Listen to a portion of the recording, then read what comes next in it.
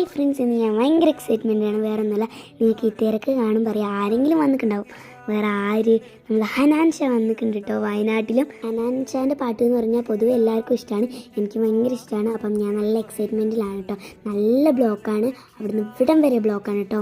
ഇത് കണ്ടാൽ തന്നെ അറിയാൻ പറ്റും എത്ര ആൾക്കാരുണ്ട്. പക്ഷേ ഇത്രയൊന്നും കിട്ടിയില്ല, പകുതിയെ കിട്ടിയുള്ളൂ. അപ്പം ഹനാൻ ഷാൻ്റെ പാട്ടാണ്.